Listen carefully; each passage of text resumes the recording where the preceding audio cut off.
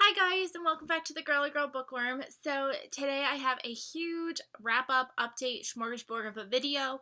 At this point of filming this, I still have no internet, which is driving me up a wall. I was supposed to have internet the day after Thanksgiving, and that didn't happen. They showed up and they were like, "Oh, they never pulled the wires through like they were supposed to," and I was like, "Great." So they said hopefully by the end of this week we'll have it. So I've been just trying to pre-film and get some content done because I hate not filming, and then I'm like feeling so behind. So in this video, I'm going to show you the book that I'm currently reading. I'm going to show you 3 books that I've gotten since my birthday book haul, I guess you can say, and then a wrap up of the 20 books that I have read since having no internet. So it's kind of like the very end of September, because I think I read one book that I didn't update you on, all of October, and then what I've read so far in November, and a book that I have not finished yet that I don't know when I'm going to get to. So, enough rambling because this video is already going to be super long. Let's just get started. So, the books that I have gotten since that book haul, I got 2 books from the book of the month. The first book that I picked out this month was And Then There Were None by Agatha Christie. This is one of my favorite books of all time. And I owned a really tiny mass market paperback version that was really ugly and really beat up because I've read it twice, so it's destroyed. So I've been on the hunt for a really nice cover, and Book of the Month was offering it, so I had to grab it. So yeah, this is a mystery novel about a bunch of people who go to this island for this party, and then people start dying one by one, and they're trying to figure out why. So I love this book. Now my other pick this month was Artemis by Andy Weir. This is the same author of The Martian, and I picked this up when I first got it. I read the first chapter of it just because it happened to be sitting in front of me and I started it, and I like it so far. It's about a girl who lives on the moon. There's this whole community that lives on the moon, and I believe that there's going to be a heist or something cool going on in this book, so I'm really excited. And then Patrick bought me this book because he was going to buy it for me during my birthday extravaganza things, but then I realized that it hadn't been released yet, and I'm going to probably want to read it in December, so he picked it out for me, and he grabbed me The Afterlife of Holly Chase by Cynthia Hand. I love Cynthia Hand. This book is stunning. This is not going to even remotely do it justice, but it's shiny and I love it, and it's kind of like a Christmas Carol retelling, but I believe it's a girl. It says every Scrooge deserves a second chance. So I believe that she she gets visited by them, and then I think she becomes one of the ghosts or something like that. So I'm really excited to read this holiday season. The book that I am currently reading is What She Knew by Gillian Macmillan. I've been reading this book for a week now. I started it last Sunday, and I'm going to finish it today. I only have 100 pages left of it, but it's one of those books that it's not that it's bad, it's just I haven't been reading this week in general. It was Thanksgiving, and things were going on, so I haven't been reading at all to begin with. So it's not that it's bad, I just haven't been reading. So my goal is to finish this today after I finish filming this video.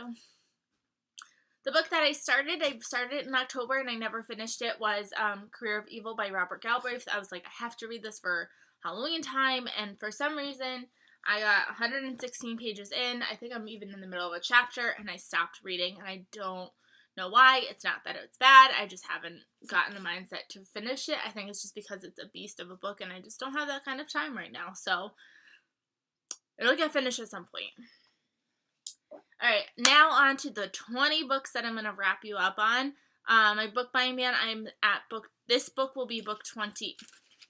This book will be book 25 when I finish it. So I'm halfway through Project 50 without buying any books physically for myself. Like I said, Patrick bought me books for my birthday, and I had my 5-book cheat, but I have not bought anything, and it's been so torturous because Black Friday is usually my day of buying things, but I've been doing really well. I hope you guys have been too. I'm sorry that I haven't been able to cheerlead with you guys like I thought I was going to, but I hope you guys are sticking to it. And let's just get started. I'm going all the way back to September and going to current. So, it's probably going to go from really brief to really detailed because a lot of these books I've kind of already forgotten a lot about. The first book I read was Three Dark Crowns by Kendare Blake. This is the first book, and I believe it's going to be a trilogy or 4-book series. I'm not 100% positive.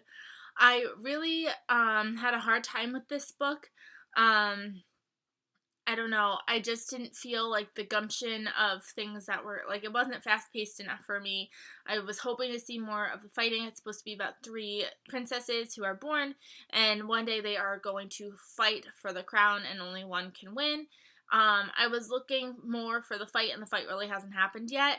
So, I don't know. I've heard the second book gets so much better, so eventually I think I'll continue, but right now the first book was kind of for me. And then I picked up Once Upon a Wine by Beth Kendrick. This is the 4th and I believe final book in the the Black Dog Bay series. They're all companion novels, and they all revolve around this like small town and people who are dealing with breakups and like normal drama because they believe that this town is like the cure for the common breakup. That's what the first book is called. So I really enjoyed the series. I look forward to picking up more by her. So yeah, I really enjoyed this one.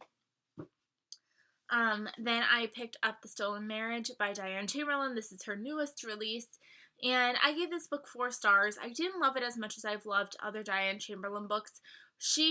For some reason, I have a really hard time when she writes historical fiction. I don't know why. I really like her contemporary set books more than I like her historical fiction books. This one takes place around when there was the huge polio epidemic. It follows this woman, and she is engaged to get married. She ends up having some weird slip up because she got too drunk. She gets pregnant, and now she ends up running away to get married to the guy who knocked her up instead of getting married.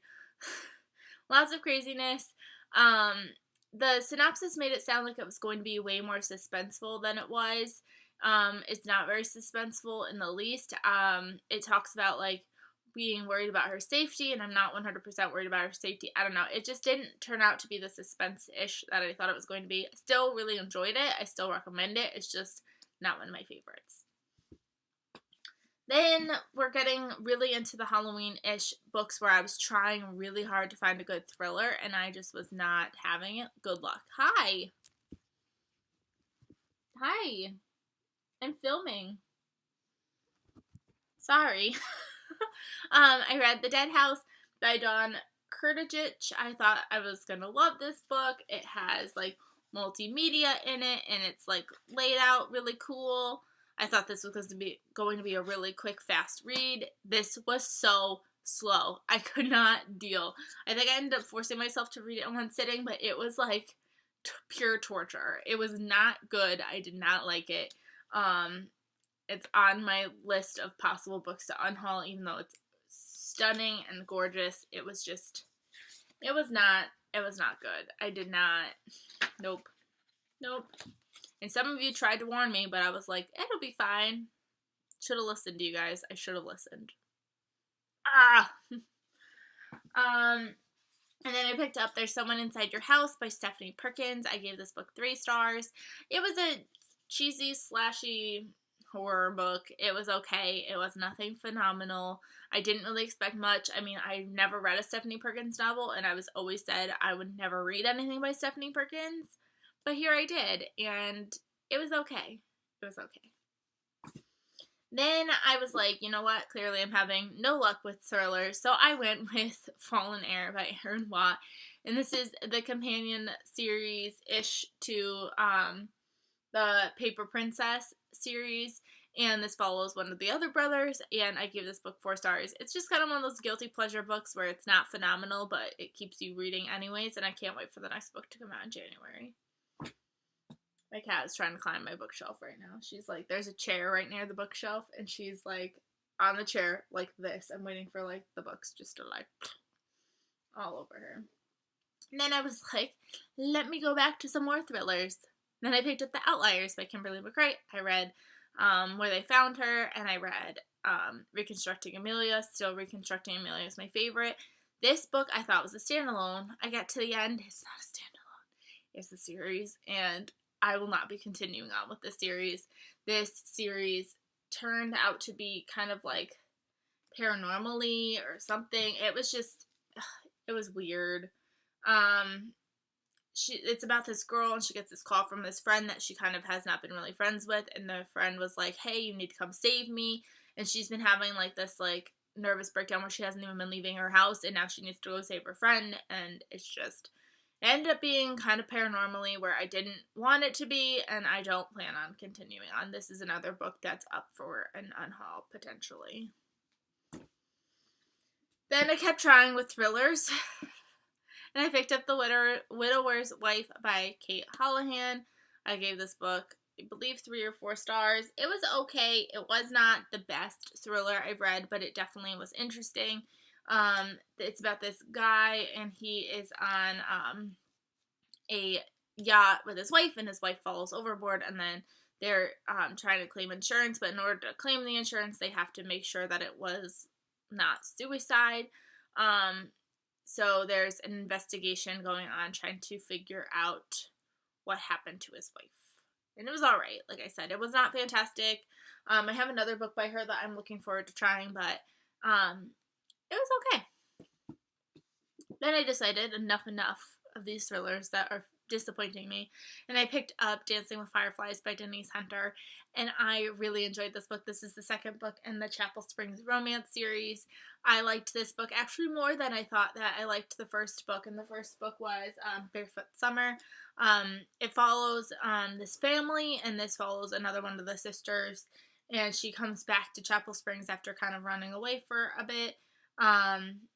And it was really good. I really like these books, and I can't wait to read the next one. The next one has snow on the cover, so I'm waiting for December to read that one, but really good. Then I went back and I tried to go with the thrillers again, and I clearly did not learn my lesson because I picked up The Leaving by Tara Altebrando.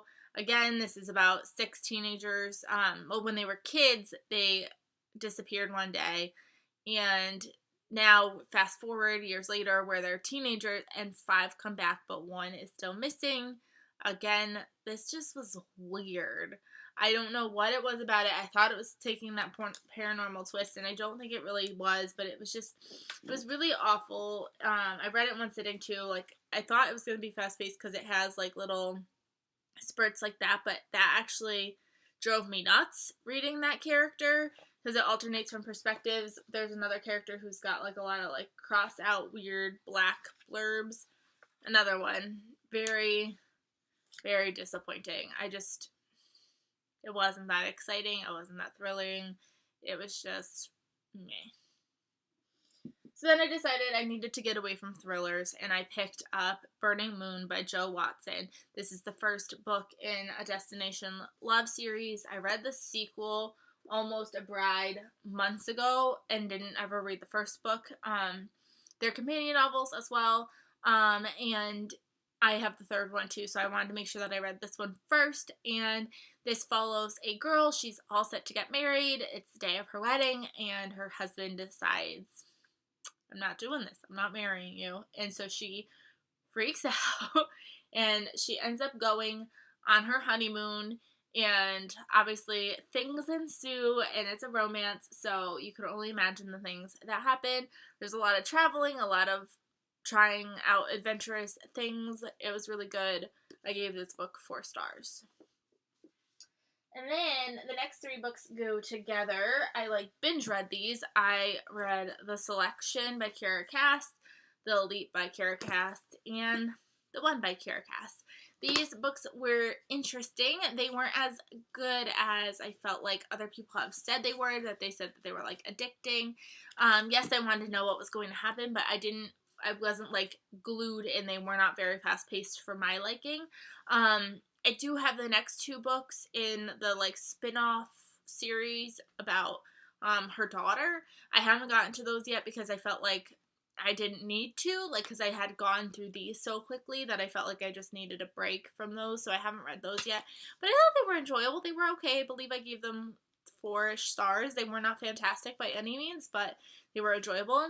This drives me nuts, though, so I ordered these from Scholastic from because I was trying to like help get my like more books for my classroom when I was like ordering books, and they showed up like this, and it's so ridiculous because the first 3 came like packaged up nicely, like they sell them as a set of 3.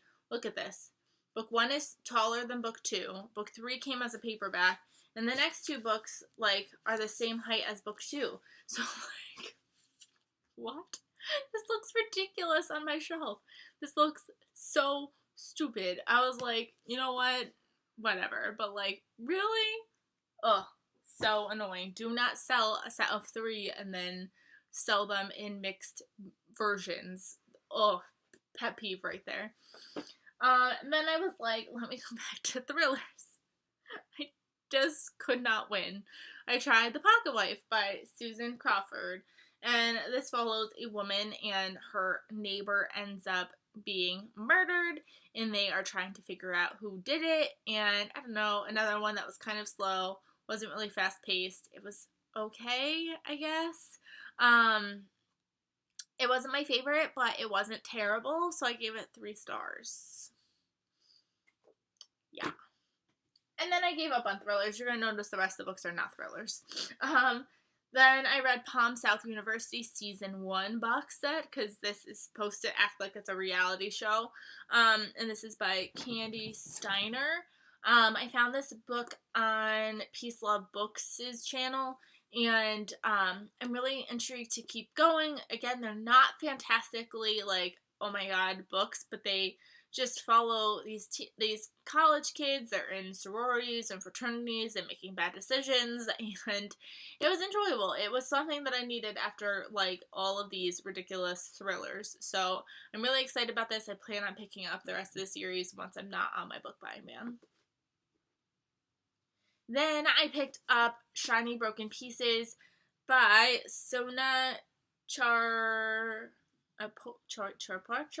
I can never say this ever. And